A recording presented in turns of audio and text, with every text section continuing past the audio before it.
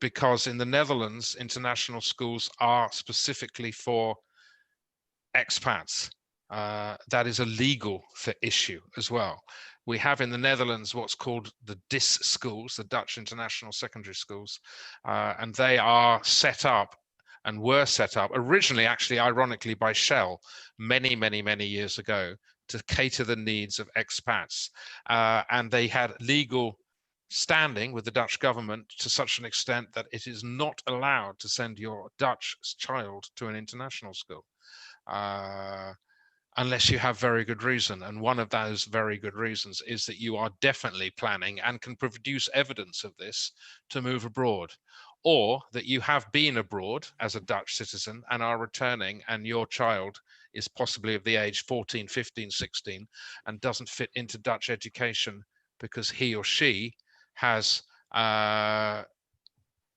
been educated in an international school, perhaps has lost the use of their language as a mother tongue, or hasn't covered what is regarded in the Netherlands to be the HAVO, the MAVO, the VWO syllabus, and in which case those students would come into a Dutch international school. The government subsidizes us, and therefore we do charge a much lower fee. I'll give you a rough idea that in an international school, in my school, we would charge a fee to the parents of about an average fee, because we offer some parents a reduced fee depending on income, of about €6,000 a year. And then the Dutch government subsidize us for the same rate as they subsidize normal Dutch students of another 6,000 a year. So our income per student is about €12,000 a year.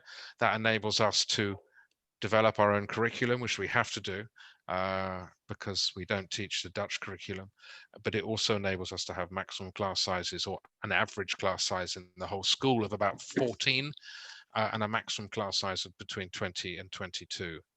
But our average class size in the school is about 14, 15.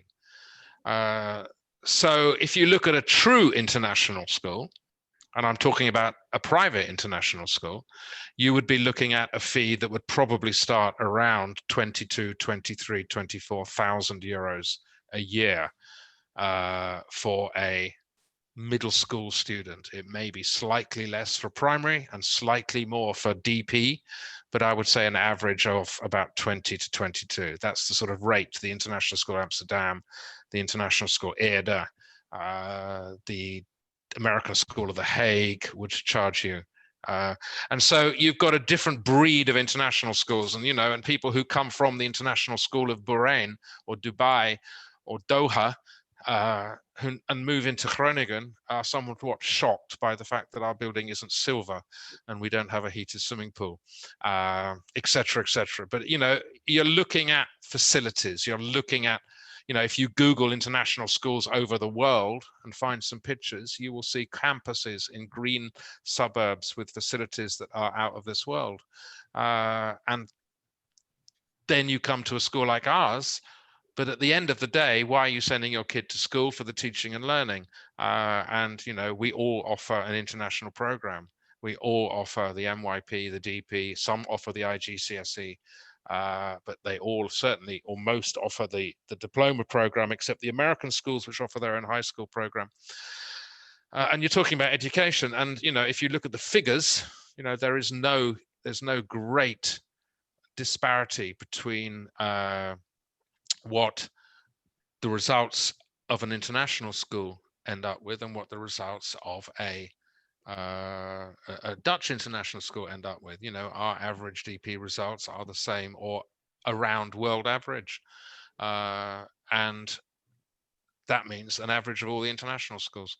You have state international schools in other countries, but they're often state schools that have an international stream or offer bilingual or are set up purely in areas where you wouldn't financially be able to run a independent international school, and so they are small.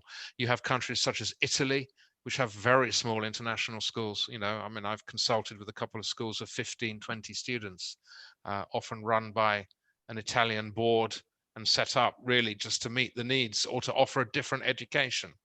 And that's the second thing is that many people in many countries, I mean, I have a colleague in Paris who at the moment is so unhappy with what education is offered by the French system that she wants to set up her own bilingual international school. And that's possible. You know, you find an investor, you find a premises, you can start with as many kids as you're there with, and you can apply to the IB to become a candidate school. And then it will build from there. In the Netherlands, that's not possible. You know, every country has its own rules. What an international school teacher looks like, well, I think the biggest difference between that and a Dutch teacher is the differentiation. You know, most international schools require a huge ability to differentiate in the classroom. We have mixed levels. You know, we don't have Marvo, Harvo, VWO in our classrooms. We have kids of all levels in all subjects, in all classrooms. We offer first and second language English and Dutch. So we have kids who are not first language English speakers, you know, who are doing physics at a high level, who are very academic, but struggle with the use of English. So our teachers are not only differentiators or teach through differentiation, but also teach as a language teacher. You know, the ethos that every teacher is a language teacher certainly runs true in an international school, and perhaps less so in a traditional state school, where if there was a non-language teacher, the first thing would be, can you not send them to the ESK for a few years, and then we might have them back. And so, yeah, international school teachers are or can be or tend to be a different breed. And it depends on the country you're in. You know, in the Netherlands, we teach through what's called the method, as you all, or many of you may know, where teachers teach through a syllabus and a workbook and a textbook provided by an outside organization, a university or printers or publishers. Whereas in international school, we would develop our own material. There is no method for MYP or IBDP. Teachers develop their own materials which meet the needs of their culture.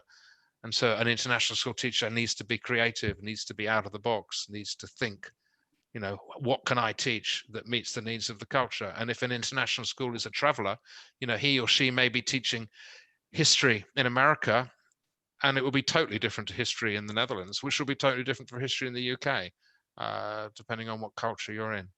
So I don't know whether that answered your question, Shannon. But so thank you, Mike. It's good. I know you want to get into your presentation. All this is really connected. I know we really can.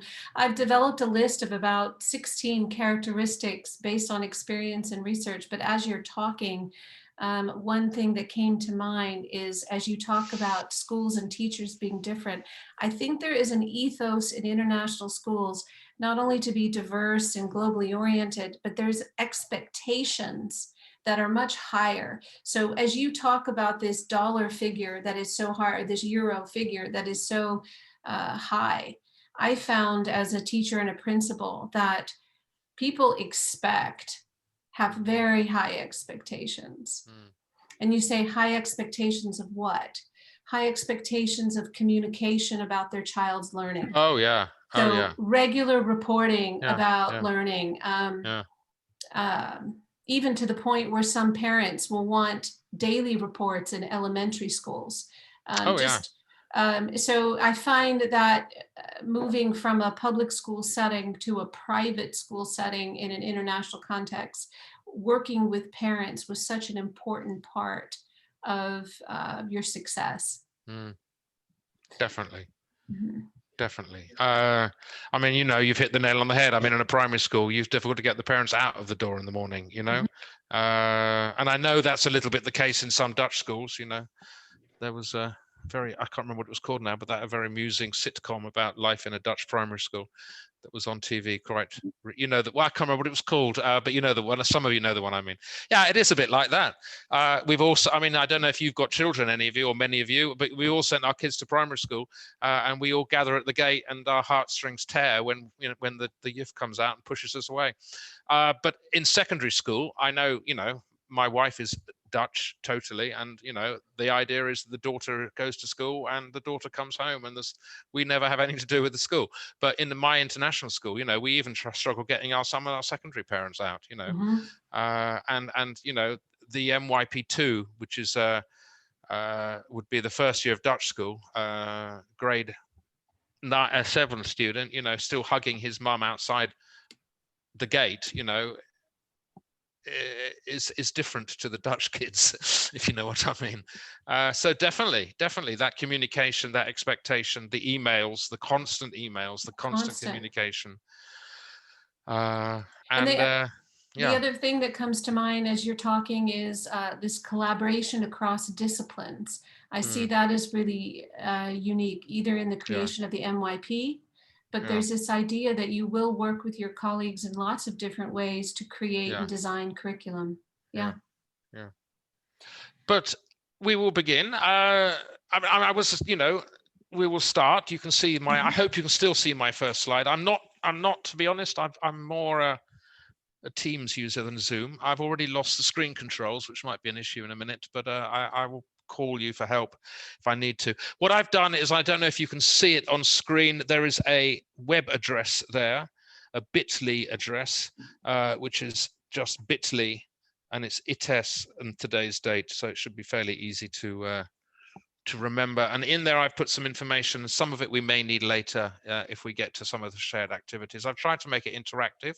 I do appreciate from the looks on your faces that you've been through this all day. And so another 3 hours. We did say we'd finish at 7, Shannon, didn't we? Another 3 hours of me talking is not what you want. But I will begin. I hope you all know who I am. I wasn't quite sure how many people would be here. I saw from the invitation it'd be about 15, but there are the 5 diehards, and welcome to you all. My name, if you didn't realize, is Mike Weston. I'm head of the International School of Groningen.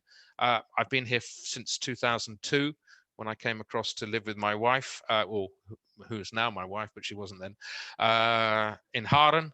And I started working at the Martins College, which is our Dutch sister school. We share campus as in the TTO, the bilingual department, as a physics teacher. And then in 2005, the head left and I jumped into her office before anybody could lock the door and became head of the international school. Since then, I've worked in the middle years program and the diploma program in the international school. And I've also become what's called an IBEN, which is a member of the International Baccalaureate Education Network, which means I have a role within the IB of being a workshop leader, being a consultant for MYP, but also being a schools visitor for accreditation and evaluation. I'm also a lead educator and a couple of other things as well, which I tend to do when I have the energy or the urge outside of my regular job. My email address is there. If you have any burning issues or want to get in touch or just want to have an argument over the email about something I say, please don't hesitate to email me. And what I want is I want to share my thoughts and ideas. I want to share practice as teachers. And I think this is the first thing that I have seen in education as educators, perhaps not even teachers. We are so good at reinventing the wheel. And what I believe in is that we should work together and share ideas and to have discussions about education and to use experiences. Because what works in the International School Groningen may not work in the International School Bahrain, and vice versa. And I'm a great believer in sharing practice. And while I talk, you know, I'd like you just to think about what you want. You know, what do you want to know about MYP? What do you want to find out about what we do with our students in an IB World School, where we run here the middle years program 11 to 16, the diploma program 16 to 18, but we also run the middle years program in the Dutch school. Our Broeklas grade 7 is entirely MYP. In the Dutch school. It's bilingual MYP. And so how do we do that in a Dutch setting? There may be also issues that you may want to know more about, either because of your own interest or your own role in ITESS. So that's a little bit about me. Normally I would do this with all of you as well, but bearing in mind we don't want to go over time. And I have met, I think, all of you before, so I do know a little bit about you already. Some time ago, Shannon, before we went into this rather nasty and unpleasant lockdown some time ago, Shannon and I talked about an agenda for some work with you and me and MYP, and we created a sort of what was going to be our ideal day, and I was going to come for a day and run 4 sessions with these 4 chapters, and Shannon and I discussed this, and we talked about it, and we sort of talked about what this would involve, and we didn't want to make it too technical, because none of you, I don't think, are rushing off to be employed as MYP teachers in international schools around Europe, but we wanted to make it to give you enough basis to see what sort of our idea is. And really the first part of it is moving IB philosophy into teaching and learning really does summarize what I would like to talk to about. I hope to get through 1 and maybe a little bit of 2 before we finish. And then Shannon and I have promised we will do this again in a face-to-face environment later this year or next year or the year after, when we're all safe. And I'd like to come back and cover some of 2 then, and then 3 and 4. So this is the agenda. The PowerPoint I will give you after the presentation. I always do that because otherwise people get to the end and they tell everybody else what's going to happen. So this is our agenda, and this is what I would like to concentrate on with you today. And my first inquiry question is basically a little bit about what we talked about at the beginning. You know, you are educators of student teachers, and whilst you're not MYP educators of student teachers, some of your students will be going to MYP schools and may ask you, you know, they want to visit an MYP school or they want to become employed on an MYP school, and what do you think, you know, people would look for if they did and went into an MYP school to do a lesson? Because when I appoint new staff here, the first thing I say to them is, you know, you need to come and do a lesson here. And so when we shortlist our interview candidates, I will say, you know, I'm looking for you to do a lesson. And so if it's an MYP school, if the teacher can begin to mirror or begin to have a knowledge about some issues of MYP, then it would be only a benefit to them. And, you know, I'm very aware that MYP is not the only type of education in international education, but it is the one that I believe in and the one that, you know, I feel is good education. And so this is sort of our inquiry question. And what I want to do to take us on is, and I hope this is going to work, because I have not showed a video in Zoom before. Please, if you don't hear it, or you don't see it, then we have a backup plan. But if it does work, then I hope that you will be able to watch this very short video and you will be able to think while you watch it. And I would like you to think about what you see and about what you feel about the video, and how does that relate to our inquiry question that we started off. And fingers crossed.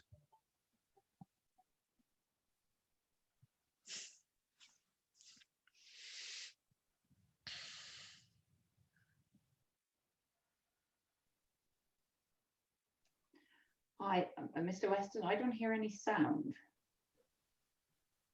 Yeah, so Mike, we're not hearing any sound. You're not hearing any sound at all? No. Okay, I am, and I do not know how to fix that in Zoom. You can share in the chat. Hang on.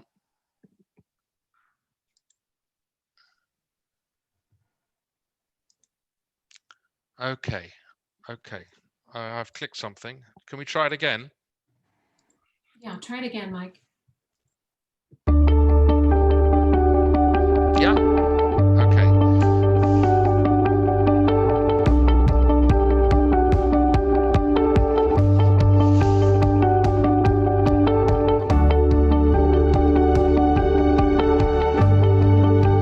My first impressions of the MYP were, wow, this isn't a traditional setting. This is a creative framework that allows students to engage with one another, engage with the teacher. The MYP allows the teacher to be more of a facilitator, and that I like. I like being able to go around, seeing the kids work together, helping themselves, helping each other. Really focuses on the person as an individual thinker, an individual learner, and somebody that is creating their own pathway. I love being able to nurture their individual strengths, and that's what the MYP does. I don't want the students to just think that science is science and art is art, and that's something that the MYP really nurtures. It nurtures that cross-collaboration. So one of the main ideas for MYP is we emphasize the holistic learning. So we're not looking into how long the essay they can produce, but we're actually assessing their understanding and analyzing skills.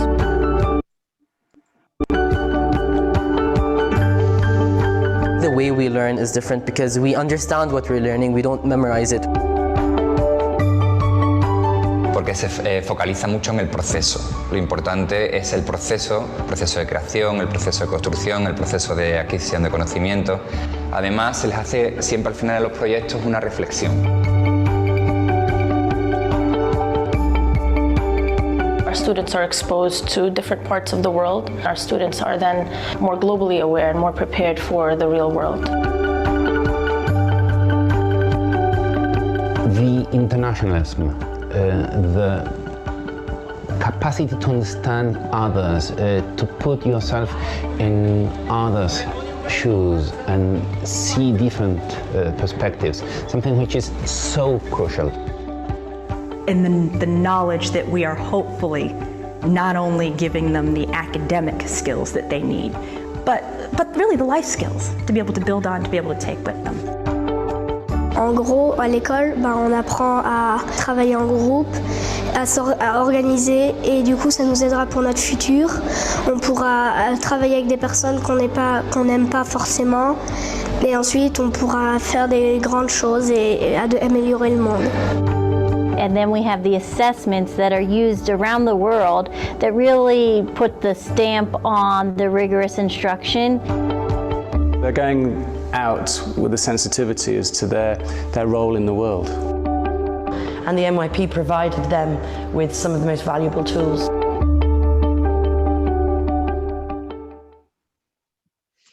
Okay, I hope you managed to see most of that, and I have put a copy of the video if you have a sudden urge to watch it again in the folder in the Google Drive. So it's there if you would like to watch it.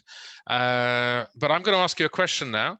I'd like you to sort of, bring your thoughts together, and I would like you to think about what you saw, think about what you felt, and in one sentence, using just what you saw and just what you feel, how would you say what MYP is to your student teachers as a sentence first thing tomorrow morning?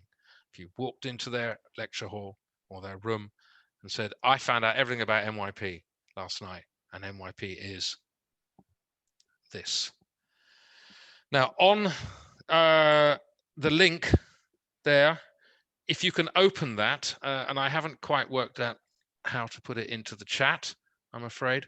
If you can open that, you will come to a website which is called Mural, and in there you will find a template with some post-its set up for you, and if you can write your sentence in a post-it in the mural, that would be great.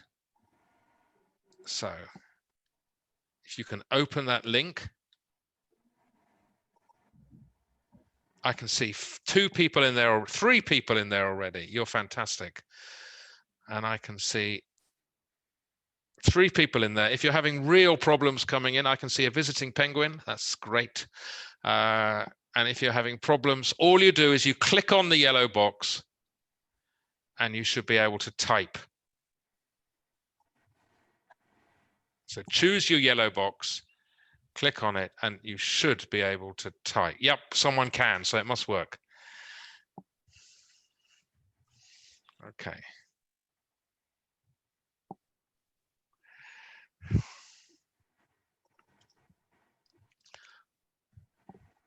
I'm looking for 5. We go. If you have 2 sentences, you're very welcome to add 2, by the way.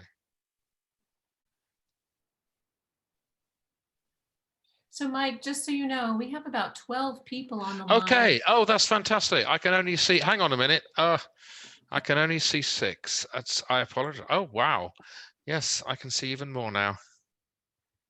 Some familiar names. I would have been more nervous if I'd known they were here before I started.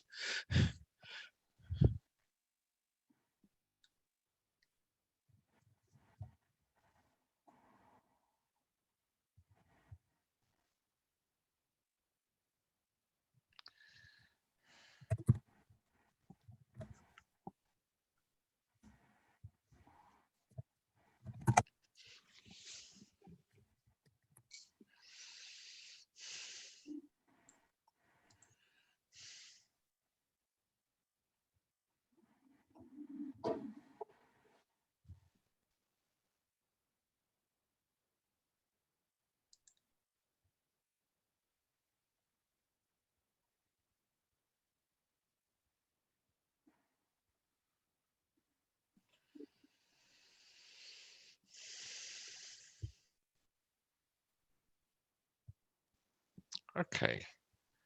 Now, if you see here, you have a fantastic collection of sentences. I hope you can all see each other's. You have a fantastic, and so this idea of combining, collaborating with each other, combining your knowledge is a very much a way, you know, that we teach MYP. And I'm going to leave these up here. I will copy them later and download them and put them into the Google folder, because what we're looking at, what I'm trying to get out is what you feel are the values of MYP. And to be honest, everything you've written on there, I could probably lift out from the IB standards and practices, from the IB, from principles into practice, from the documentations on what MYP is all about. And what will be great is if when we finish the 4 chapters of this workshop, we come back to this and we say, okay, you know, do you still think that? Because now you found out about what MYP teaching is all about, you know, do you still think this? And what you've got in front of you now on the yellow boxes on the mural is, you know, your view, having just seen a video. So this is already your view of MYP education. Now, is that the truth? Is that what it really is about? And that's what we're going to try and investigate and look into a little bit further during this session. Okay. Any feedback, any questions? Anybody like to ask anything? I can't see you all, so please just turn your microphone off and shout out if you do have a question. And I should have said that at the beginning. If you do have a question, please don't hesitate to just call out, because this is not a chalk and talk session, although being online doesn't make it that easy to always collaborate. So if we go back to the PowerPoint, I've asked another question. And this is very much, do our educational beliefs and values, because as lecturers in education, you have your own educational beliefs and values. As teachers, you are also people. And however you've been brought up, and my teacher training was about as far from MYP as perhaps those of you who were trained to be teachers in the Netherlands was yours as well. And so we've grown up with educational beliefs and values. We've experienced them. We've seen our children perhaps go through school. We've been through school. And that is one of the biggest influences of how perhaps we have become teachers, of how we were taught, because we look back and choose our favorite teachers and think, oh, if I could teach like him or her. The Robin Williams film, which name I forget, about him being an English teacher.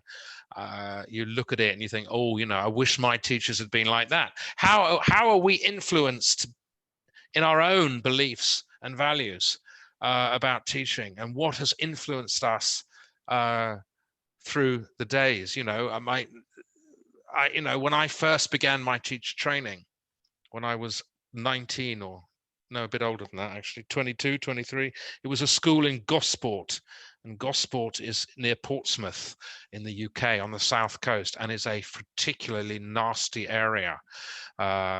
It's Docklands. I don't know, some of you know the area perhaps, but it is very poor, an area of huge poverty, where education was not a priority for any family or any child. When I began to teach, the person who was designated to be my teacher mentor said to me, if you go into the toilets and you see on the wall, F off, Mr. Weston, you know you've made it as a teacher. And that was the only advice he gave me. So, you know, those are my educational values, and excuse my language. But that was quite a serious thing to write on the wall if you were in a school in the UK. So that, you know, that is an educational belief. You know, do you believe that? You know, how do we bond with our teacher, and how does that represent IB philosophy? Now, the IB says schools implement IB programs to develop inquiring, knowledgeable, and caring young people who help to create a better and more peaceful world through intercultural understanding and respect. Think about what you've just written on the mural. Have you already met some of that philosophy in your own thoughts? Did that come across in the film? Inquiring, knowledgeable, caring young people who help create a better and more peaceful world through intercultural understanding and respect. That's the IB mission. That's their philosophy. That's written in every single book, guide, leaflet about the IB, their mission, their value, their philosophy. It's expanded into what is called the learner profile. And the learner profile is what the IB call the IB mission in action. And we're talking about 3 to 18-year-olds. We're talking about IB philosophy. We're talking about the PYP, the primary schools, the MYP, the middle schools, and the DP, the diploma. And the IB says that, you know, this is what the IB learner needs to value, represent. This is what the IB learner needs to be seen to be as, these 10 statements. And they've been discussed and thrown around and given to the teaching community of the IB, who've discussed them and come up with new or slightly different definitions. But the 10 words have changed. The 10 words have stayed the same. They haven't changed. Throughout the history of the IB, you know, when the learner profile was introduced, these 10 words have stayed the same. There's been a little bit of discussion about risk-taking, but at the end of the day, it stayed as it was. And, you know, when we look at the education that we had in school, can we honestly say that we were educated to become caring or reflective or even principled? We were probably filled with knowledge, and that was about as far as it went. But how do we come across with our teachers? Now, you know, this is a very interesting discussion, and these 10 words, you know, are very interesting. I did a workshop in the Dutch school in the Martins College about 8-9 years ago now, when I talked to some parents who were quite new to the TTO about introducing MYP. And I asked them on huge, great bits of paper to write down what they would like from school for their child. What do they want from the school for their child? And whilst we didn't come up with these 10 words, we came up with 10 words that were virtually the same as these in Dutch. And that this is what parents want. You know, the idea that parents send their kids to school to be knowledgeable is no longer the case. Parents in their hearts want their kids to be more than just knowledgeable. And we know from all the research that businesses, employers want more than just knowledgeable students. Universities want more than just students who come in with a base knowledge. And so this IB learner profile is what we try and emphasize within the school, and our teaching and learning is focused through it. And as IB learners, and I think I've circled this sentence, this is the first part of the document, and again, I have put a copy of it in the Google folder because there's some more to it as well. You know, the first part, it says, as IB learners, we strive to be, and this is us too. And I think it's very important that as teachers, we also exhibit and perhaps exaggerate some of these properties when we lead by example in our schools. that teachers should also be inquirers, knowledgeable thinkers.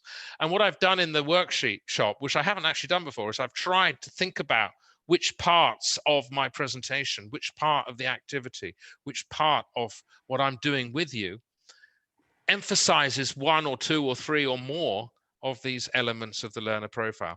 And perhaps, you know, when you're teaching, when you're talking to your students, when you're working as educators within your program, you know, how and when do you exhibit these qualities? And do you perhaps sometimes miss opportunities to be perhaps more open-minded when you're having a discussion, or to emphasize skills such as communicating skills with your students? You know, how much of this is within your way that you perhaps might reflect on a student's progress as a teacher? And dare I even say it, do we use this terminology when we talk about assessing our student teachers or even our students in school? So it's an interesting point. And so what I'm going to do now is I'm going to move what you have written further, what you've written in the first mural, what you have now learned from the learner profile, what you've heard from about the learner profile, but still keep that, what you saw and what you heard in the video, in the back of your mind. And what I would like you to do is to create the first sentence of a job advert using the most, what you feel to be, you can't use them all, the most important learner profile characteristic based on what you've seen from the film and based on your own philosophy of education. You're a head of a school. What do you want your teacher to be? Your international school, the International School Leeuwarden, seeks what? It's a different mural, please. It's a different mural. It's mural 2. It's the same web address, but you stick a 2 after it instead of a 1. Please note it's a different mural, so we have a different sheet. So if you log out of that one or skip to the new mural, you should see that it's called We Need You. And I can see someone's in there. I can see a visiting owl. So congratulations if that's you. Oh yes, you're all in there now. Think, you know, what's the first sentence of, just a sentence, the opening sentence of your job. You don't have to write the International School seeks, just do the 3 dots and then finish it. A teacher who is a person, someone, a colleague.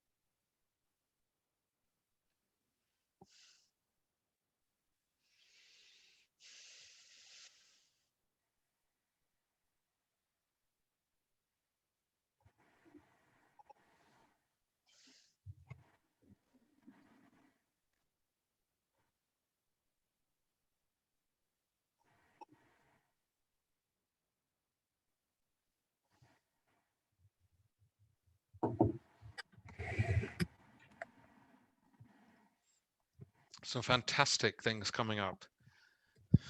Absolutely.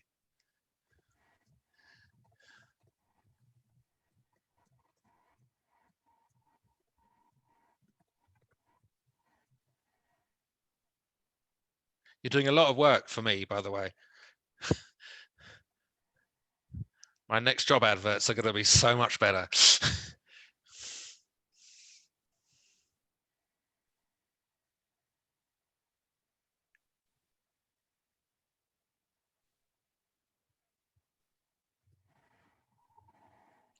Okay, we've got 9 post-its. I'll give you another couple of minutes. if you haven't managed to log in yet, it's the same bit.ly address, 1901 mural 2.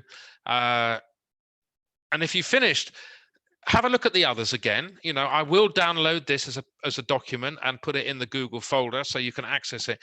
You know, if you printed this off on A3, okay, and took it into your next mentor session, reflection session, lecture, could you pin these on your student teachers in year 1, year 2? You know, could you say, okay, this is you? Or could you say, this is you if you know, because this is what you're telling me now you want your teachers to be. And so if you walked into your lecture hall and said, okay, you know, we're trying to train you to become the ideal international teacher, that's your goal. You know, are you doing this? And if not, you know, if you sit down together as a group and say, actually, you know, we don't do enough on passion. We don't do enough on how to be innovative. You know, perhaps this is something for you to consider about, or give this just as a document to your students and say, okay, this is what the ideal teacher could look like. Do you think we're helping you get there? Get some formative feedback. Smiley face, straight face, sad face. You know, are we getting there with this, with our education? Are we creating this sort of person from you? Because this is something that meets the needs of the IB philosophy. And if you look at what's been written across there, parts of the learner profile are just jumping out. But not only that, but also the fact that make a difference, passionate, preparing, creativity. And actually creativity was a very hotly debated terminology for the learner profile.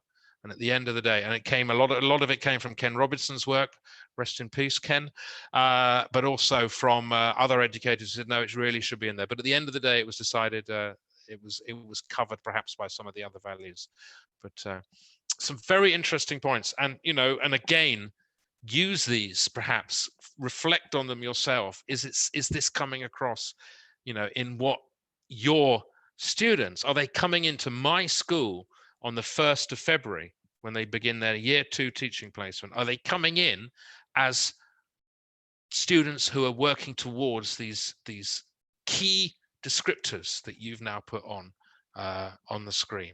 So thank you for that. And again, you know, this session today is about us sharing our ideas and creating something that we can all work with in the future. Okay, so if we move back to our PowerPoint, an MYP teacher in an MYP classroom. Some of you have seen this before. I know I've recognized some faces of people who've been in my workshops. And so, yes, I don't even reinvent the wheel. An MYP teacher in an MYP classroom. I mean, you know, when I did this with your students, I said, spot the difference. And actually, apart from the ones on the left who don't particularly look that enthusiastic about their learning, and actually, I think if I walked into a Harvo 4 classroom now, I'd probably see the same excited grins as they have. The ones on the right, I do admit you can't see their faces, but actually there's not a lot of difference. And especially when I make the right-hand photo the same color as the left-hand photo, you know, there isn't really a lot of difference between the two.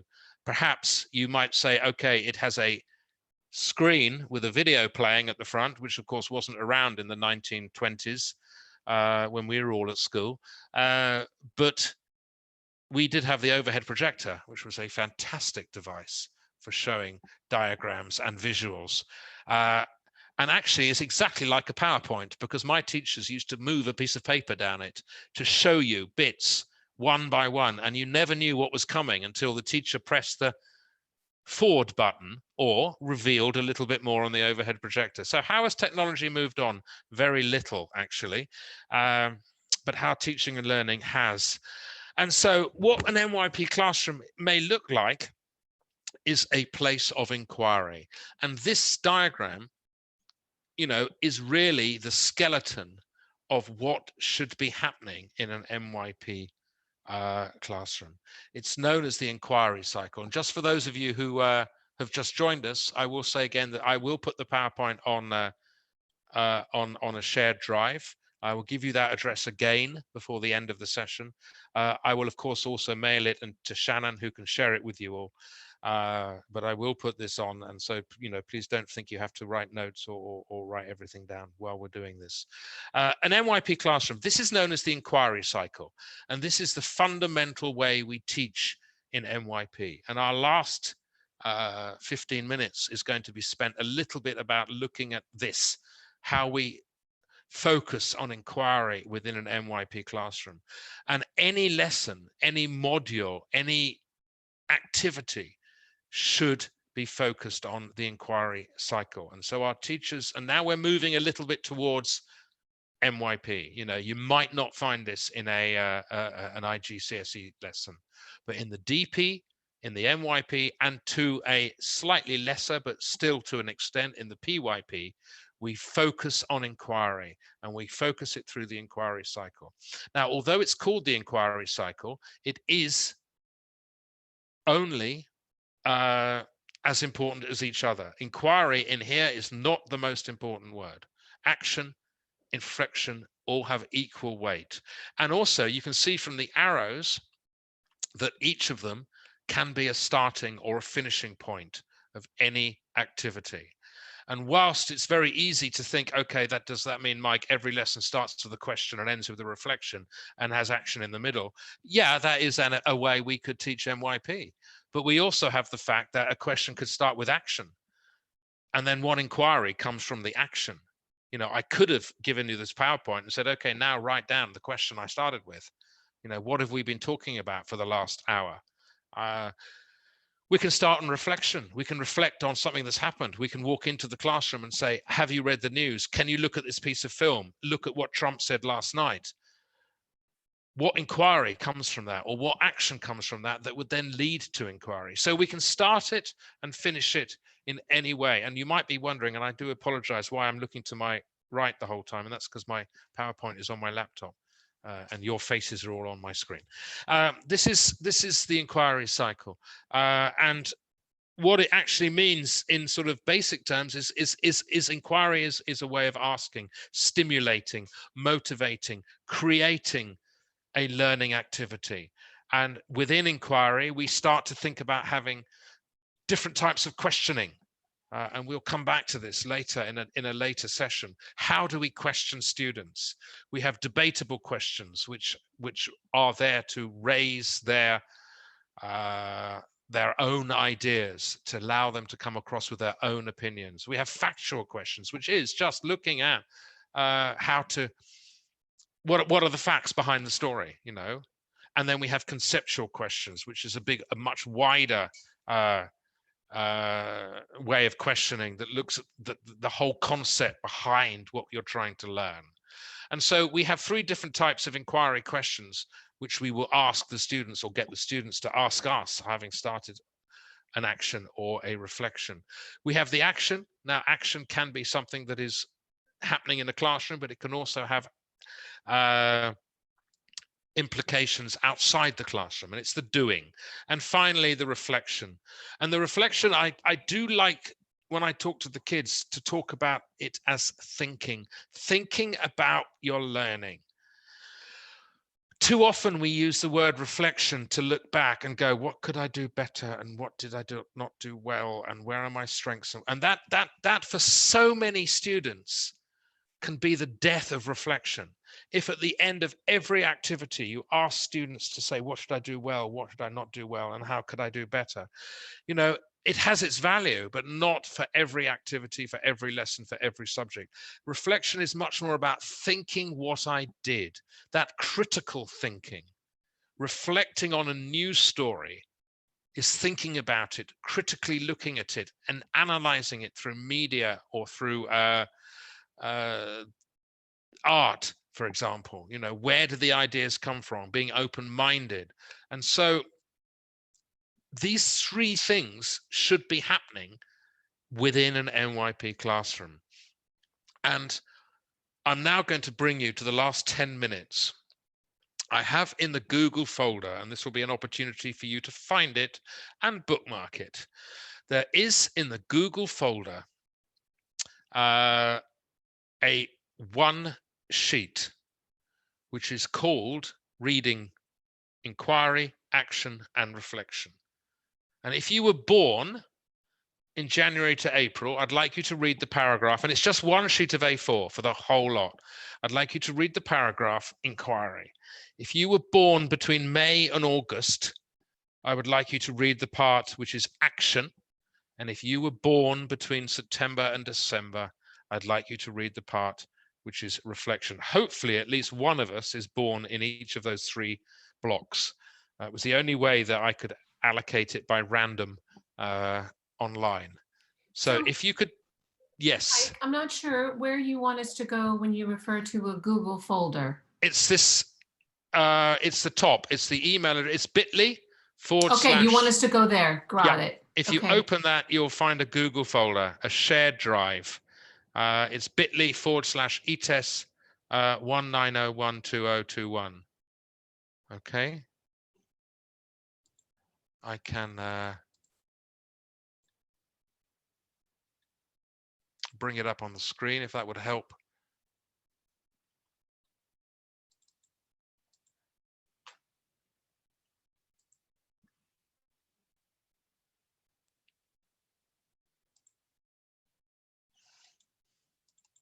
It should look like that. I hope you can all see that. And in here is a Google, yes, here, there is a Google Doc. I put it in as a PDF. You can also open it as a Google Doc, whatever's easier for you. And you can, it is and I'm going to open it. And you can see here that it is up on the screen, and there are 3 paragraphs. What I would like you to do is to read the paragraph. I'd like you to read it carefully. And when you've read it, I would like you to go to the Google Slides, which is the first folder. And I would like you to choose a slide in the Google Slides.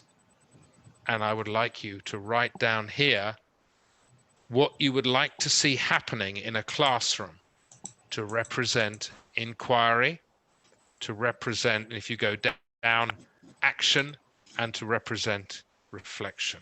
So what are you going to want to see if you walked into a classroom to watch one of your students that represented reflection, inquiry, or action? Having read the documentation, having listened to the film where there was also quite a lot of action, inquiry, and reflection happening, what would you like to see? So that question is at the top of my screen here. If you walked into a classroom, how would you know if inquiry-based learning is taking place? Choose a slide to match your own section. You can duplicate it to make a new one if you need to, and just type in it what you would like to see in a classroom as a teacher lecturer to represent inquiry-based learning. This is quite challenging. Mike, yes. could you please maybe copy the link and paste it into the chat so we can access it easily, because I was still typing. Oh, I'm now sorry. It's too small for me. Yep, I can do that. Thank you so much. No, I will do that. Give me just 1 second. I think I've done it. See if that works. Trouble is, yeah. Thank you, Alison. You are so much faster than I am. Yeah, and me. Is it there? Yeah, did that work, Gerry? Oh, she's muted, but I think it did. Yes, it worked. Yeah, thank you, Alison.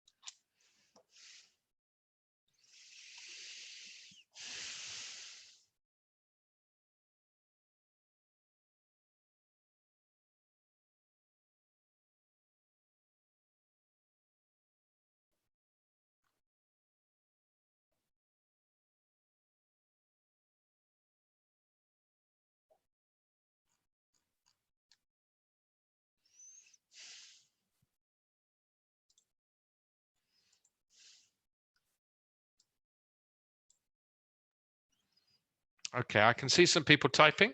If someone's already typed in your slide, please move to another one, or just head on down the list.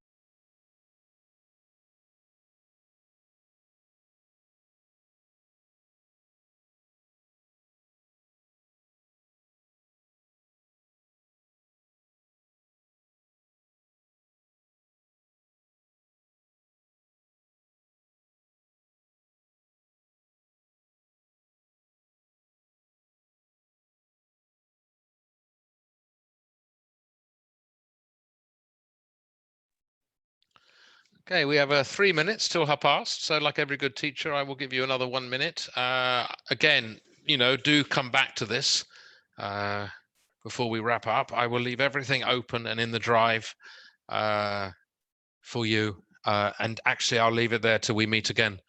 And so, this will be great to start the next meeting and to have a discussion point. It's also great for you to use when you're actually thinking about evaluating your student teachers. What are you actually looking for? It's great for them to know. Create a rubric based on what you would want to see in a lesson. Ask them to create it. If you were in an inquiry-based lesson, what would I want to see you doing? And ask them to create some kind of rubric or criteria to judge what's happening. What do I want to see? And then when you've been writing these ideas, compare them with your mural. Do these represent what you are looking for in your ideal teacher? Is there synergy across the continuum of a teacher and how a teacher would approach an MYP classroom? So some of you are working very hard on that, and really, this was the final task. But of course, like every good teacher, I have homework for you. So I will give you that.